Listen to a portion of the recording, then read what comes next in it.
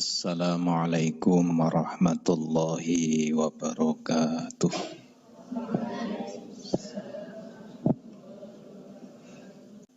Bismillahirrahmanirrahim. Qala al-mu'allifu hadzal kitabi wa nafa'ana Allah wa bi'ulumihi wa amatana bi asrarihi fi daraini. Amin amin ya rabbal alamin. Wa tasiru lan dadiyo lan dadekno utawa dadiyo auqatul mubahi apa pira-pira waktu kang wenang biniyatin kelawan sebab niat masrufan iku katindakaken fil khairi ing dalem kebagusan fasahu mongko ilingo sira bila tila tanpa ono kesalahan dene waktu nandangi wenang sebab niat iku bisa dadi kebagusan supaya sira eling lan ora kesalahan ing dalem niat ira kaya nalikane mangan kelawan niat supaya bisa kuat nandangi ibadah lan taat ora namung niat enak-enakan bloko. Nah, jadi waktu-waktu yang kita bagi ini harus merata semuanya dalam kehidupan kita. Sehingga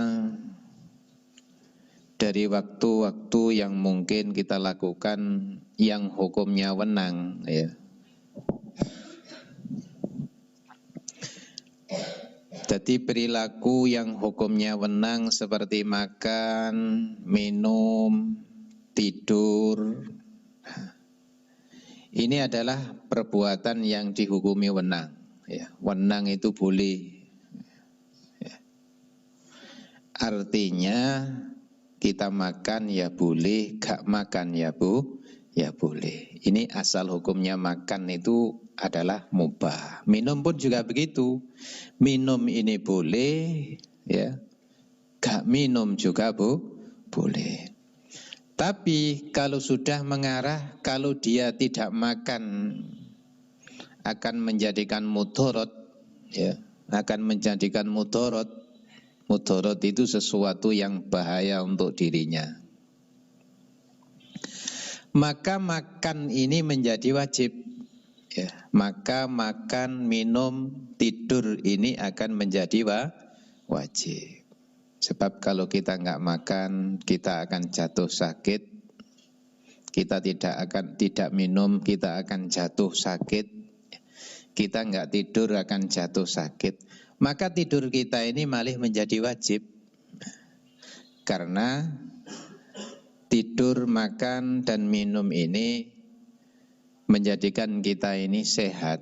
Nah, dengan sehat maka kita bisa beribadah dengan kuat. Nah, oleh karena itu banyak perbuatan-perbuatan yang asalnya itu mubah maka bisa berubah menjadi wajib. Ini banyak di dalam hukum Islam. Begitu juga dengan hukum nikah. Hukum nikah itu asalnya sunnah, ya, sekedar sunnah ada ya. Tapi hukum nikah itu bisa berubah menjadi wajib, ya. Juga bisa berubah menjadi makruh, ya.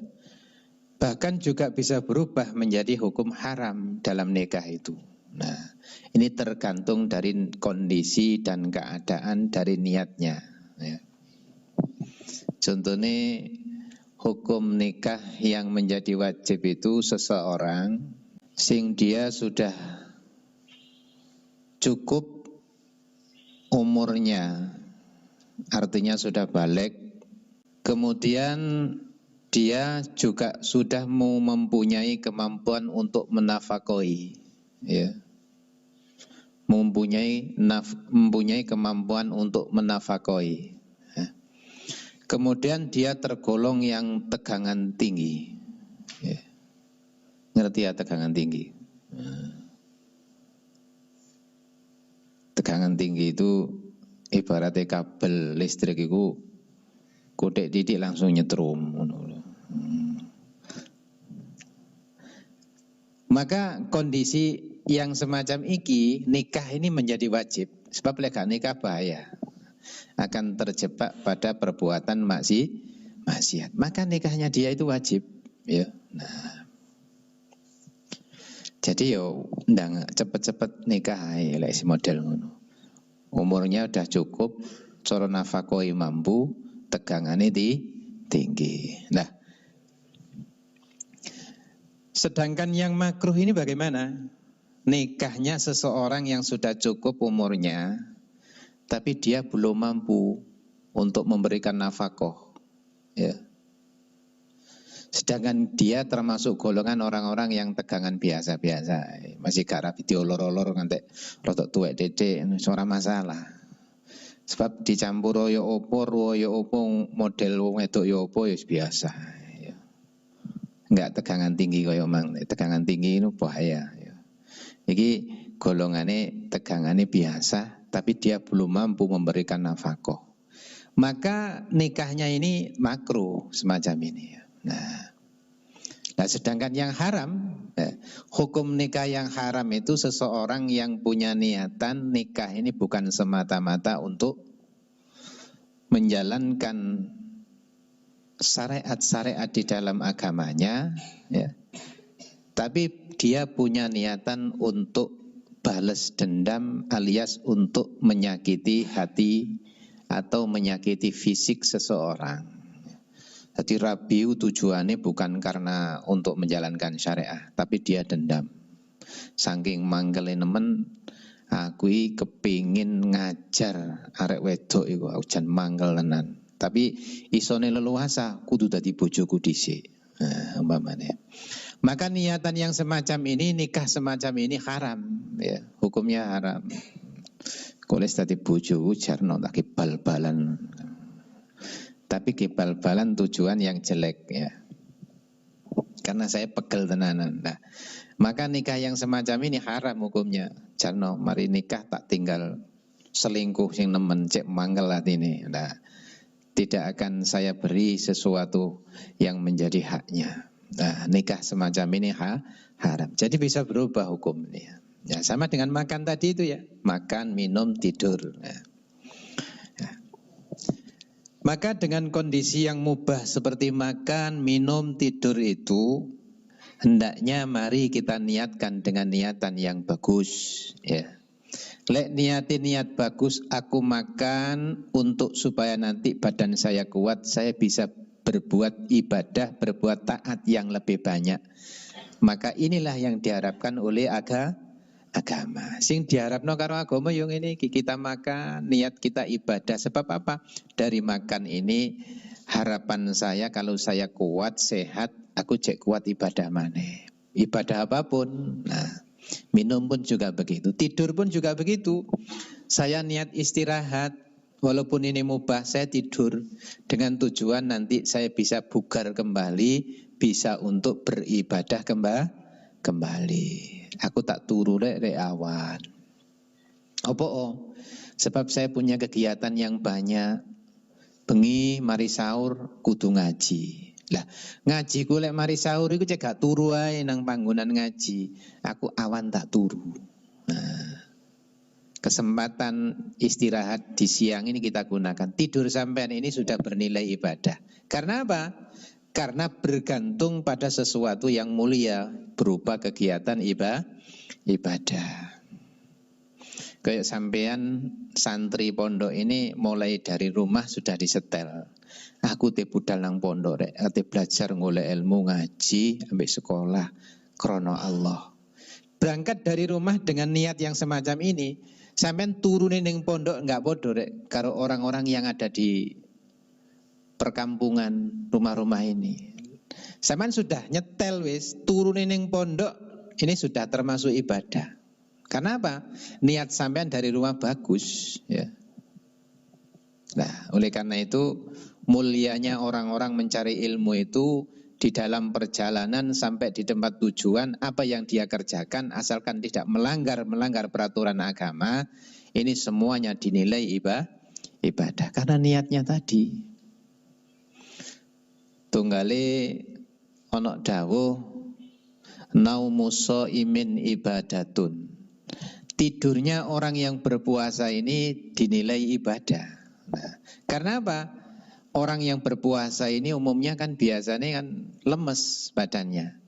Maka dibantu dengan tidur di waktu yang tepat, tidak melanggar waktu-waktu yang lain, maka tidurnya akan menjadi ibadah. Ya sama dengan itu. Ya. Nah, oleh karena itu kita makan, kita niati sing bener. Aku niat mangan supaya aku cek kuat, cek iso nglakoni ibadah. Nah. Lan kaya kumpul marang bojo ira kelawan niat nuhoni hake bojo. Nah, ya. Lan supaya bisa ngedoi maksiat. Nah, ini tujuannya. Kalau kita sudah beristri, kita sudah bersuami, maka berkumpulnya suami istri itu kita niati satu, nekani hake bojo. Nomor loro, supaya kita bisa menjauhi maksiat. Ini niatnya semacam itu. Ora namung niat seneng-seneng beloko, lan uga nandangi siji sebab niat bisa merkulih pirang-pirang ganjaran. Kaya lungguh ing masjid ba'da salat tahiyatul masjid bisa diniati iktikaf lan ngramekake masjid kelawan zikir marang Allah Ta'ala. Nah, bisa juga satu pekerjaan tapi nantinya nilainya ganda. Itu juga banyak dalam Islam itu ya. Satu contoh yaitu yang disebutkan ini ya. Kita masuk ke dalam masjid, kemudian kita sholat sunnah tahiyatul masjid. Apa sih niatnya? Apa sih? Artinya sholat sunnah tahiyatul masjid itu artinya apa? Sholat sunnah untuk menghormati masjid. Tahiyatul masjid itu maknanya menghormati masjid. Inilah satu bangunan satu-satunya yang dihormati oleh syariat agama ini cuman masjid ya. Lek musola ini sekedar tempat sholat, tapi tidak sama dengan masjid. Oleh karena itu sholat di masjid dengan sholat di luar masjid nilainya tidak sama. Lebih utamaan sholat di masjid ya. Karena kita jauh dengan masjid ya, karena kita jauh dengan masjid, maka kita berkumpul sholat dengan berjamaah di musola itu juga baik. Tapi lek podo cedek masjid tuh ya kita milih di masjid. Masjid itu tempat yang memang disyariatkan di dalam Islam. Jadi masuk di dalam masjid pun ada sholat sunnah. Lek masjid dipindah nang alun-alun, ya tutup masjid itu alun-alun. Ning kono mosok ya ono syariat sholat sunnah li alun-aluni lillahi ta'ala ya enggak ono ya. Nah, mulane lek menurut pandangan ahli sunnah wal jamaah, sholat Jum'ah itu cuman bisa dilaksanakan di masjid, tidak boleh di luar masjid ya. Kecuali sholat sunnah Idul Fitri, Idul Adha boleh. Sholat sunnah di lapangan, sholat sunnah di Monas ya, sholat sunnah riyo ning alun-alun ora popo ya. Tapi lek Jumatan di Monas, Jumatan di lapangan, lu masjid itu apa enggak sedeng. Nah, itu pandangan ahli sunnah wal jamaah itu udah enggak pas ya. Ono masjid kok sholat sunnah ning lapangan. Di lapangan ya gak ono usoli sunatan li lapangani lillahi ta'ala ya gak ada. Ya, gak kena ya, cuman tahiyatul masjid yang ada itu ya, masjid itu tahiyatul masjid. Di samping kita masuk ke dalam masjid ini kita untuk menghormati masjid dengan sholat sunnah. Yang kedua kita niat iktikaf di dalam masjid. Yang keempat kita niat meramaikan masjid dengan memperbanyak zikir di dalam masjid. Itu syariat anjuran di dalam agama. Lek nang masjid itu juga guyon nih masjid itu yo. Masjid itu juga tempat guyon. Oleh karena itu, ketika kita di dalam Jum'ah itu, ketika khotib sudah naik ke mimbar, kita diharamkan kita ini membuat gaduh di dalam masjid. Ya, seperti di dalam hadis yang disebutkan yang seringkali dibacakan oleh Bilal ya sebelum khotib itu naik. Ya boy kok. Idza qulta li sahibika yaumal jum'ati ansit fal imamu yakhtubu faqad lagaut. Nah, ansitu wasma'u wa ati'u rahimakumul. Lah, itu dimaknani, dipahami itu ya. Kita enggak boleh.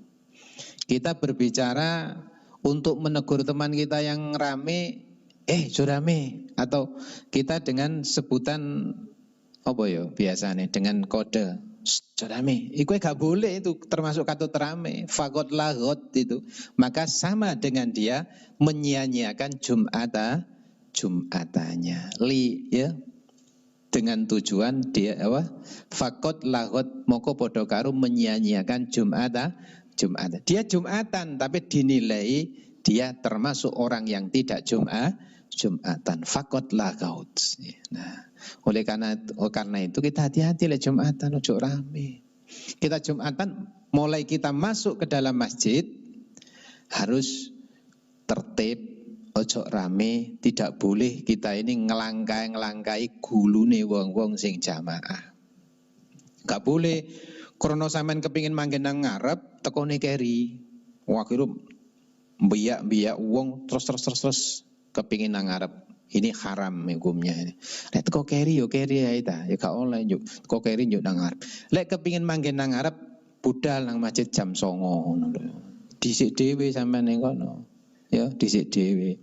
Manggen nang sop ngarep. Pingin salat sunah puluhan kali, puluhan rakaat iso. Kepingin maca Quran sampai khatam 1 juz, ya, bisa. Lek sampean budale jam 09.00 ya. Barisan yang terdepan di dalam sholat Jum'ah ini sangat luar biasa pahalanya. Ora podo rek mbek nang tengah, ora podo sing mbekane nang mburi. Mulane kita ini harus berlomba-lomba berada di sop yang depan. Ini dalam kita Jum'atan. Ini ada nilai luar biasa.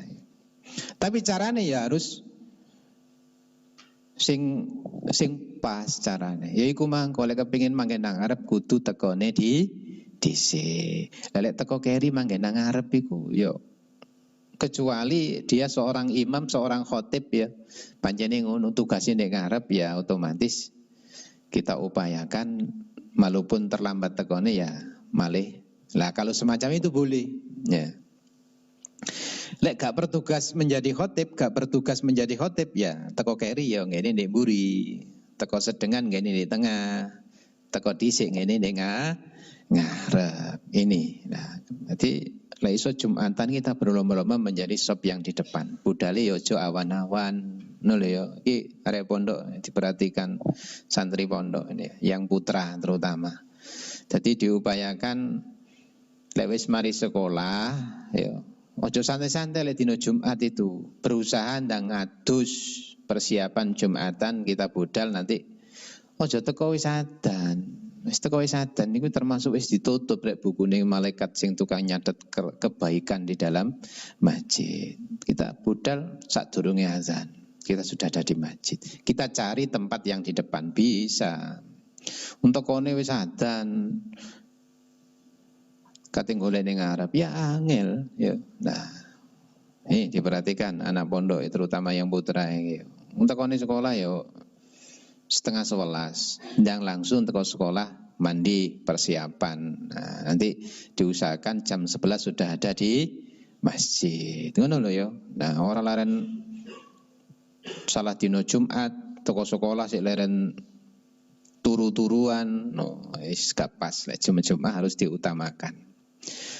Bab dalam 1 minggu itu ada waktu, ada hari yang utama. Sayyidul Ayami, hari Jumat. Harus kita utamakan, diistimewa dino Jumat. Malam Jumat pun juga begitu. Mulai dari maghrib hari Kamis itu sudah masuk Sayyidul Ayam itu. Mulane malam Jumat ojo digawe dulin-dulin ya. Kita upayakan kita di rumah banyak berzikir, banyak bersedekah ya.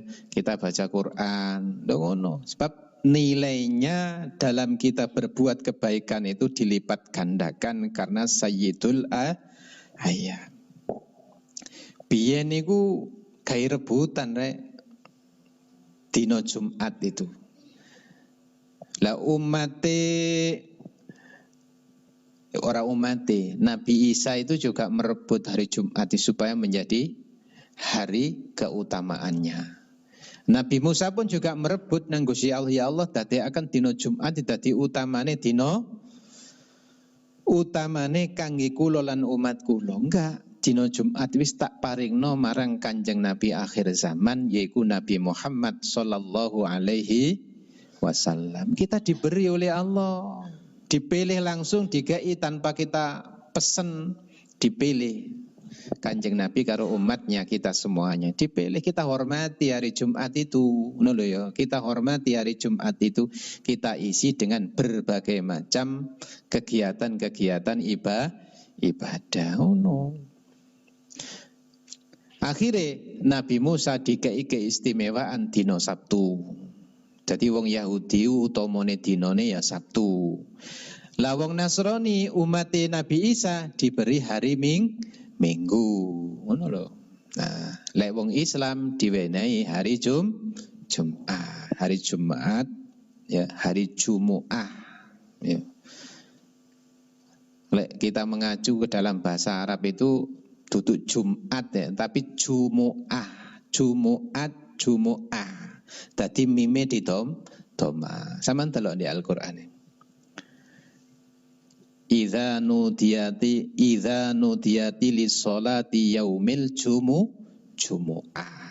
Dina Jumu'ah, ora dina Jumat. Dina Jumat itu lah di bahasa Indonesia kan itu ya. Jadi Jumu'ah. Jumu'ah itu artinya tempat berkumpulnya berbagai macam umat Islam. Di mana? Di masjid hari Jumat. Ya. Mulane juga sampai ada syariat mandi. Jadi dina Jumat itu dihormati dengan kita mempersiapkan mandi. Sampai ada sunnah itu mandi Jumat. Lek dina Jumat itu harus kita mandi. Minimal umat Islam itu seminggu pisan mandi keramas. Itu mandi syariah. Karena disyariatkan di dalam Islam supaya mandi hari Jumat. Karena apa? Karena pada hari itu hari berkumpulnya umat Islam di dalam satu tempat yang disebut masjid. Ngono lho, syariat Islam ini sangat menghormati hak-haknya orang lain. Mulane lek dina Jumat kudu adus. Ambune cekak lebus, ya. Nah, lah mandi itu disunahkan mulai kapan? Sejak terbitnya fajar hari Jumat ini sudah disunahkan kita mandi.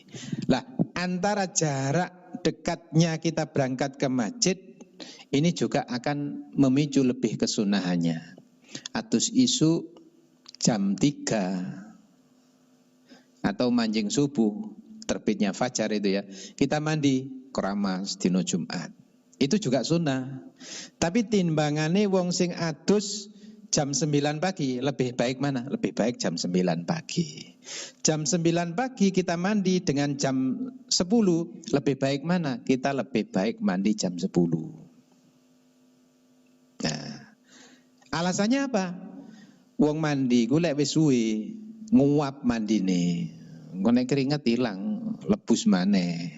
Sing penak lawan Jumatan kita mandi akan segera berangkat ke masjid itu mandi keramas. 10:30 kita sudah mandi atau jam 10 kita sudah mandi. Maka kita berangkat ke masjid masih segar. Itu lebih baik. Karena kita berkumpul dengan orang banyak. Disunnahkan supaya kita bisa memberikan kenyamanan dengan berkumpulnya dengan orang orang banyak. Disunahkan dalam kita ini pergi ke masjid, kita dengan pakaian yang lebih bersih, dengan pakaian yang lebih baik yang kita miliki. Diupayakan kalau ada yang punya putih dipakai yang putih. Yang kedua yang hijau. Iki remenane Kanjeng Nabi. Itu dalam kita berpakaian. Loh, dalam berpakaian pun juga kita ada menghormati hari Jumat, hari berkumpulnya banyak umat manusia di dalam masjid. Loh, itu semua ya. Jadi ada anjuran-anjuran semacam itu. Ya.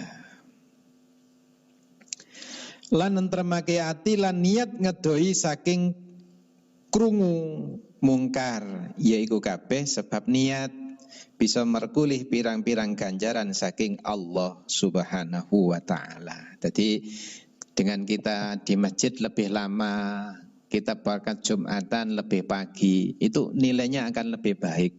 Karena apa? Kita bisa terhindar minimal dari apa yang kita dengar dari hal-hal yang tidak baik itu semakin jauh. Nang masjid kan nggak ada krungu apa-apa ya. Kita mungkin dengar zikir kita sendiri, kita dengar orang-orang dan kita lihat orang-orang yang sholat di dalam masjid. Lebih apik kita menghindar, menghindar dari hal-hal yang tidak baik. Di mana? Di masjid.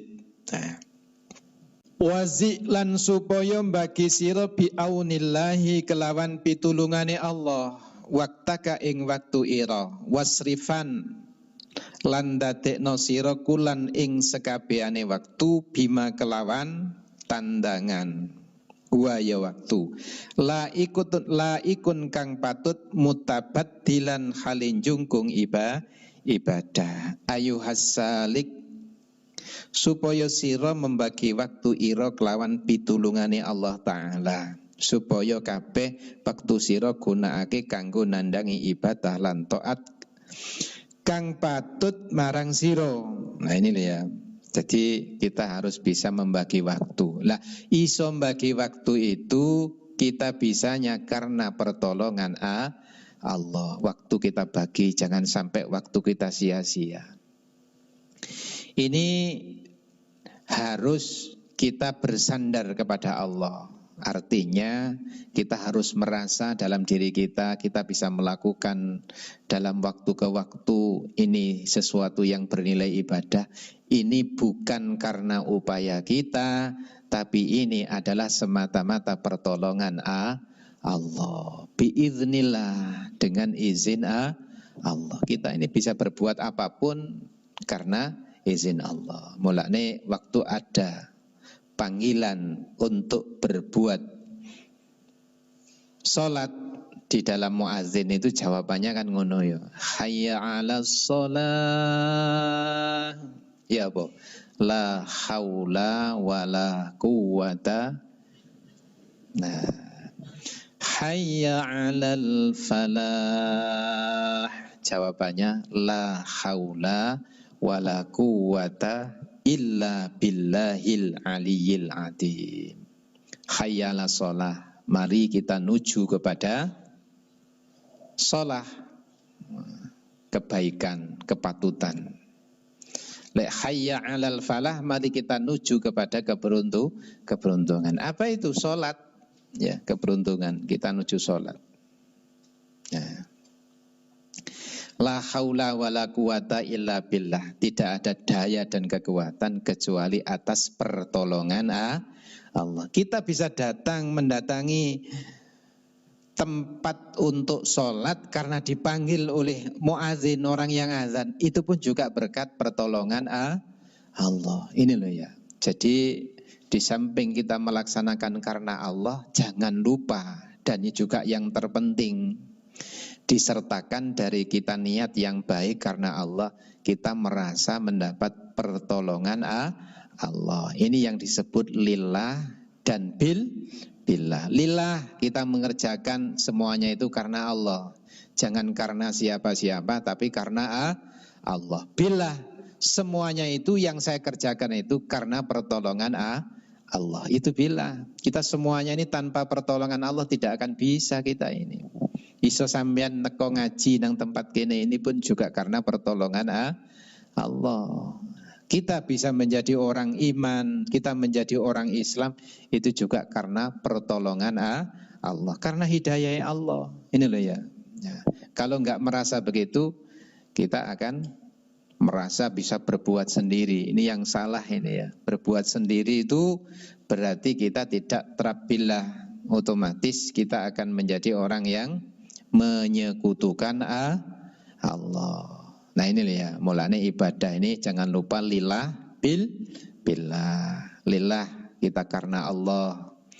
Tapi juga harus disertai dengan billah. Semuanya itu karena pertolongan Allah. Lu lek wis lillah billah, sembayangi bener. Zikirnya juga benar, puasanya juga benar.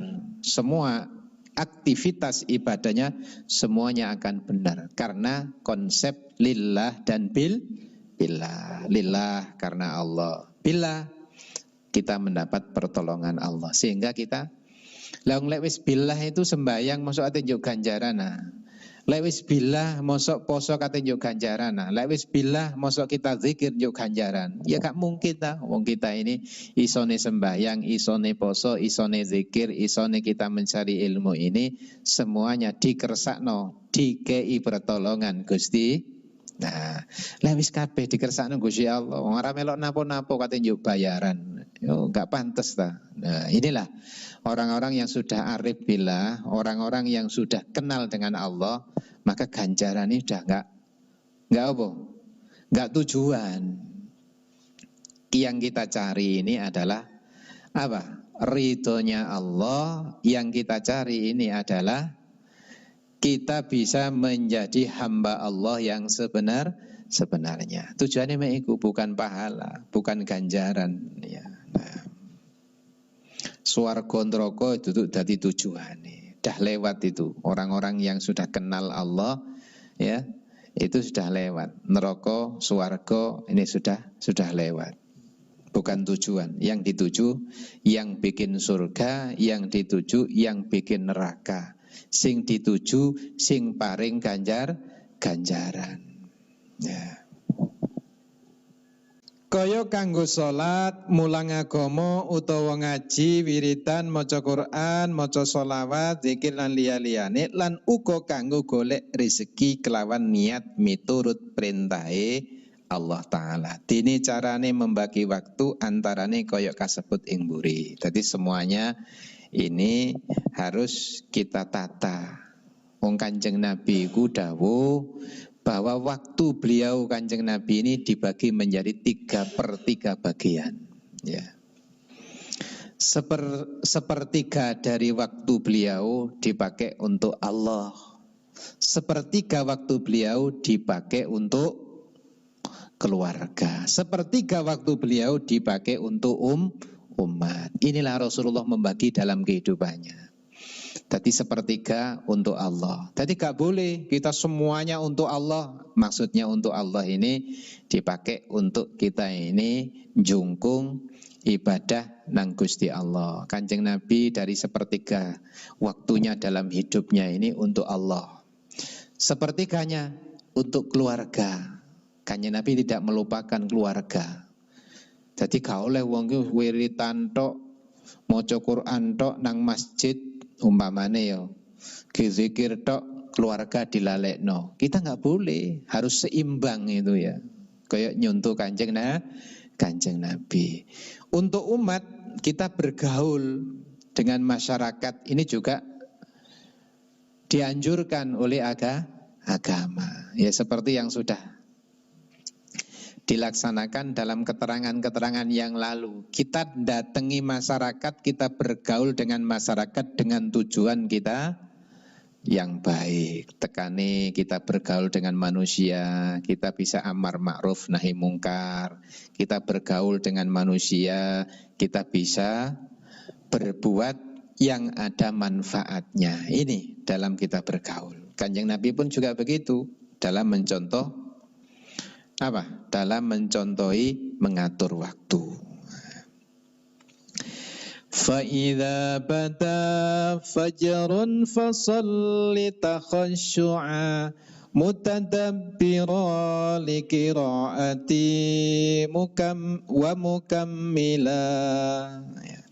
فإذا bada mongko nalikane ketinggal apa fajarun fajar, fasolli mongko supaya salata sira takhasyu'a hale khusyuk, mudabbiron hale ngangan-ngangan sira liqiraatin maring maknane wacan-wacan Quran ira, wa mukammilalan hale nyampurnaaken. Nah, iki diantarane cara-carane ngatur waktu iki mulai dari fajar. Nalika sira weruh wis metune fajar supaya sira salat kang khusuk lan ngangen-ngangen maknane wacan ira ing dalam salat. Nah, maksudnya ngono, ngangen-ngangen wacan ira ing dalam salat. Jadi kalau kita mulai dari fajar, terbitnya fajar, ini masih belum terbit fajar. Fajar apa? Fajar sotik. Fajar yang memang benar-benar fajar yang dimunculkan untuk tanda waktu subuh mulai. Ini fajar sotik. Lek fajar kadzib itu masih belum waktu subuh. Karena fajar kadzib itu yang memunculkan ini setan untuk menggoda manusia. Lah fajar kadzib itu titenane sulai cahayanya itu tidak terang, tapi agak pudar. Itu fajar kadzib. Kalau fajar sodik itu terang. Ya, fajar sodik itu terang. Nah, itulah fajar yang benar. Itu masuk tanda masuknya waktu subuh. Jadi saiki kan ono jam rek, pena. Nah, dulu nggak ada jam. Ya itu alam ini yang kita pakai untuk mengacu waktu masuk sholat. Biyen itu duduk jam rek, bencret. Jame wong kuno itu bencret rek. Saman gak kenal yang ini bencret itu apa? Bencret itu ya semacam besi, ya besi sing diincepne ngono iku ya. Biasanya kuning ngono lho, kayak bencret ya. Tujuannya nanti untuk melihat waktu dengan matahari. Cuman kelemahannya bencret itu kalau mendung nggak bisa melihat. Ya bencret ya ditekne yang ini. Kita bisa mengetahui waktu dengan bencret itu. Nah. Jadi mulai terbitnya fajar kita atur ya. Kita di situ sholat dengan khusyuk dan mengangan-angan maknane wacane ing dalam sholat. Ini cara yang paling banyak digunakan oleh para ulama. Ya. Carane mengacu supaya kita ini sholat bisa khusyuk. Coro loh ya, ora berarti lek nggih coro ini mesti bisa khusyuk, ndak. Cuman cara untuk supaya sholat kita bisa khusyuk. Carane ya apa? Jadi wacan-wacan yang di dalam sholat, bacaan-bacaan yang di dalam sholat ini kita upayakan kita tahu maknanya. Tuh. Kudu ngerti artine. Oleh karena itu sampean kudu belajar nyinaoni. Mulai dari Fatihah yang menjadi rukun bacaan sholat, saman maknane Fatihah itu. Saman harus hafal maknane Fatihah. Sehingga dengan kita ini memahami makna. Loh, ini mecoro tok loh ya. Bukan berarti lek wis roh maknane mesti khusyuk ya, enggak. Ya. Maka paling tidak kita upayakan dalam kita memahami makna-makna bacaan sholat ini, kita akan tergerak paling tidak ini koyok-koyok kita digiring untuk ke arah yang benar. Contohnya waktu kita baca Fatihah dalam sholat, Alhamdulillahi Rabbil Alamin.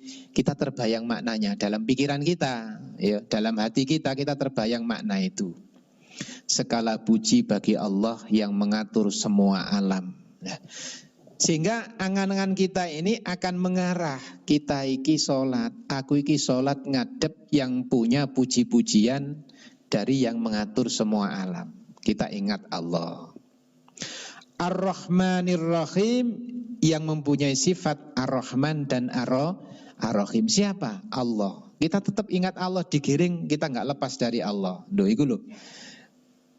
Keutamaan ini kita tahu maknanya. Kemudian sampai maliki yaumiddin, maknanya apa? Yang merajai pada hari kiamat, hari pembangkit. Maliki yaumiddin, pada hari kiamat. Itu Allah. Ini kalau kita maknani secara dalam ini, kita akan bergetar hati kita ini dalam kita mengucapkan maliki yaumiddin. Jadi nanti yang menguasai pada hari kiamat, yang kuasa itu Allah. Jadi nasib kita ini tergantung dari Allah. Oleh karena itu kita mendekat dengan Allah dalam sholat ini. Oleh karena itu imam-imam di Masjidil Haram di Mekah sana itu ada sholat itu sampai semaput itu onore.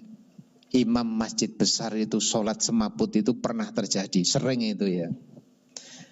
Ketika waktu bacaan maliki yaumiddin langsung semaput. Kenapa? Dia terbayang nanti kalau di akhirat tidak bertemu dengan Allah, alias tidak diberi keselamatan oleh Allah. Terbayang.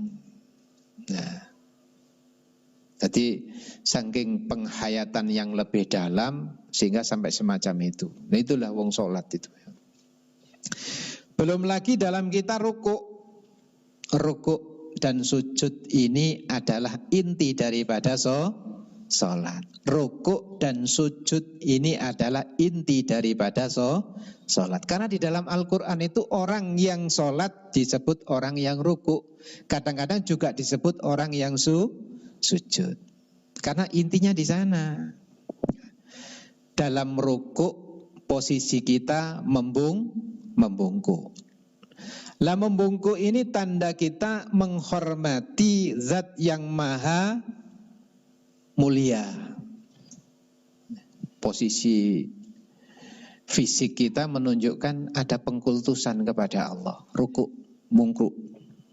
Nah, oleh karena itu disyariatkan kalau kita menghormati sesama manusia yang kita anggap mulia, jangan sampai melebihi sikap rukuk kita. Loh, itu ono syariat ini, gak boleh kita ini. Kita hormat nang wong sing dimulyakno, nang kiai umpamane ya kita hormat. Sampai mungkruk ngesot-ngesot itu gak oleh deh. Kenapa? Yang cuman boleh dikonokno iku cuman Gusti apa sampai dikonokno ya. Yang boleh kita sikapi dengan itu cuman Allah. Ya cukup kita ini menghormat, takzim, kita salaman, kita cium tangan, enggak usah berlebih lah, enggak usah berlebih. Enggak boleh. Apalagi sampai kita ini memposisikan seperti rukuk kepada ulama. Apalagi sujud, enggak boleh. Menungso kok disujudi enggak boleh. Ya.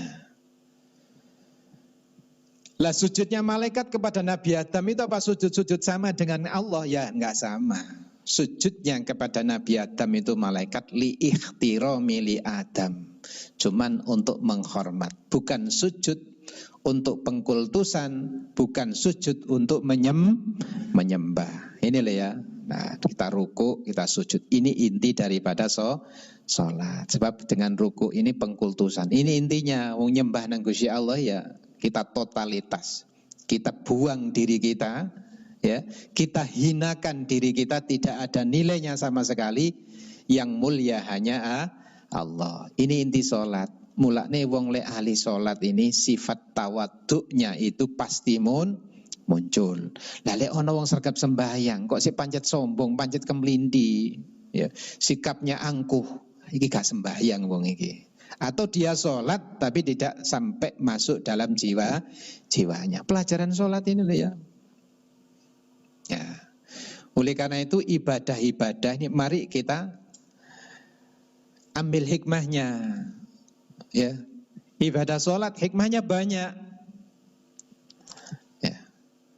Di samping sholat ini mengajarkan kedisiplinan, sholat ini pun juga di sana mengajarkan ketawaduan kita kepada Allah, kepada Rasulullah, kepada para ulama, juga kepada orang tua, dan juga kepada sesama kita. Ahli sholat itu tawadhu.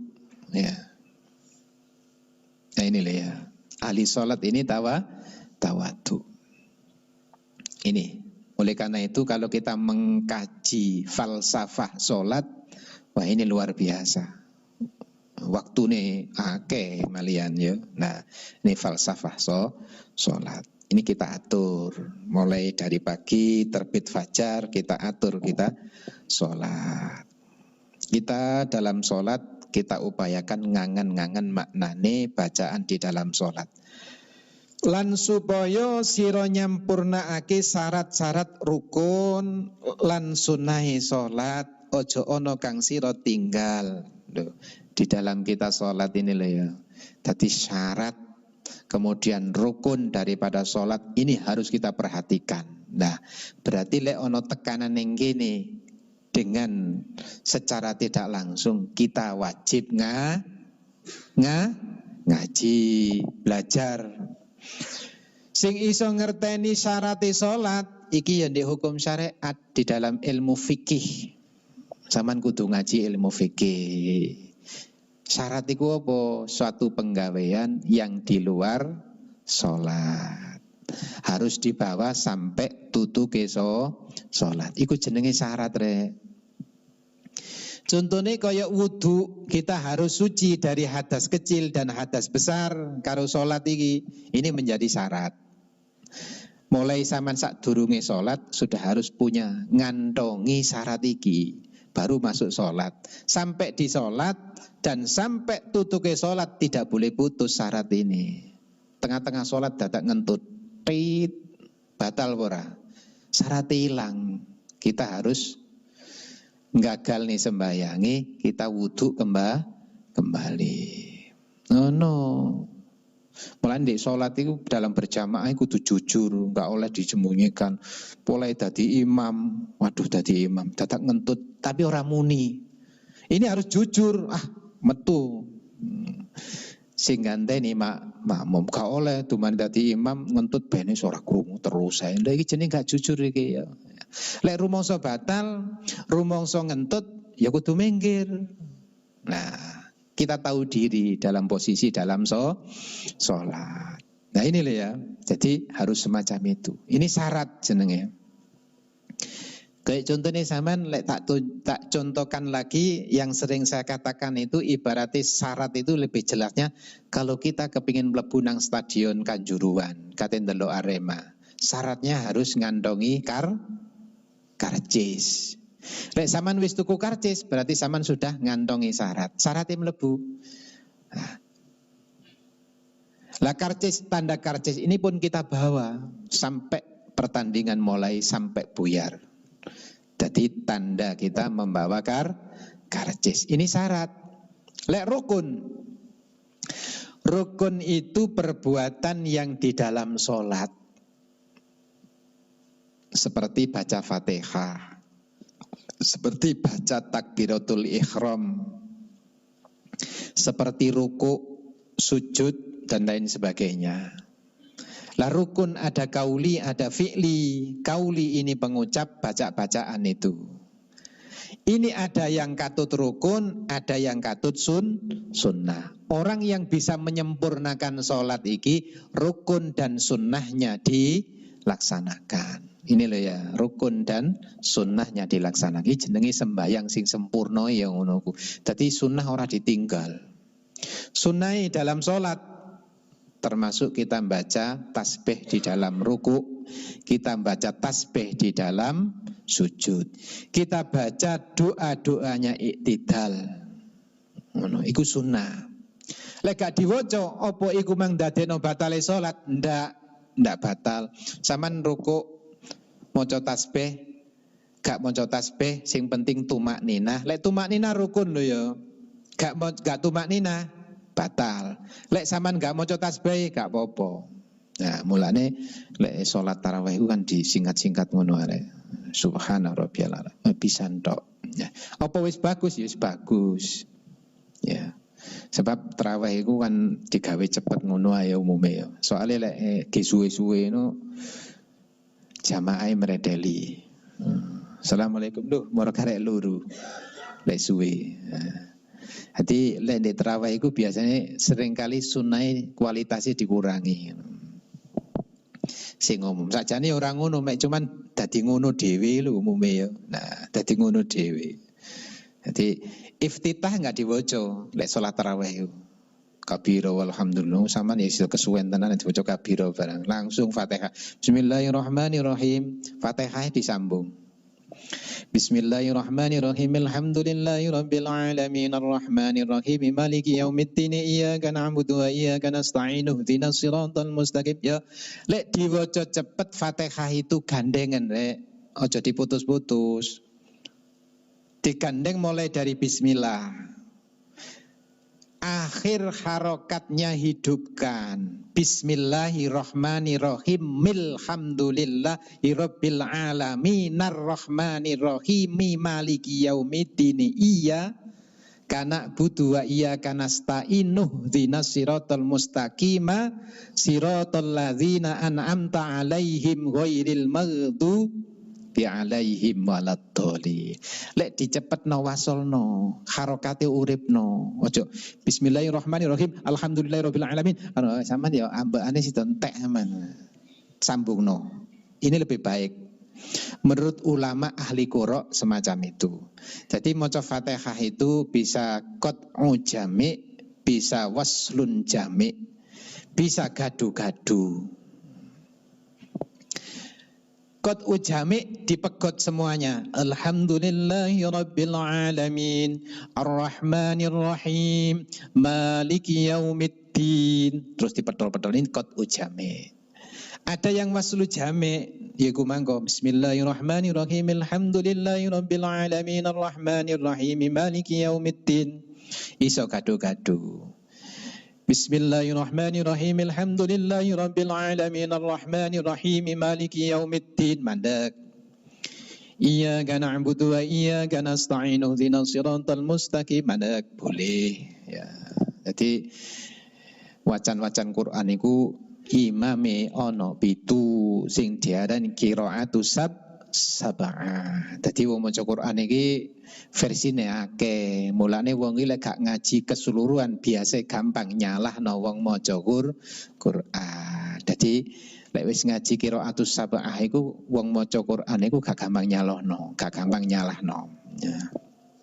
Nah ini contoh rukun. Nah, jadi rukun, syarat rukun, sunnah-sunnah sholat juga harus kita perhatikan. Maka orang-orang yang mengumpulkan dari syarat, rukun, sunnah, ini orang yang sudah bisa dikategorikan menyempurnakan di dalam sholat. Wallahu a'lam bishawab. Al-Fatihah. Bismillahirrahmanirrahim.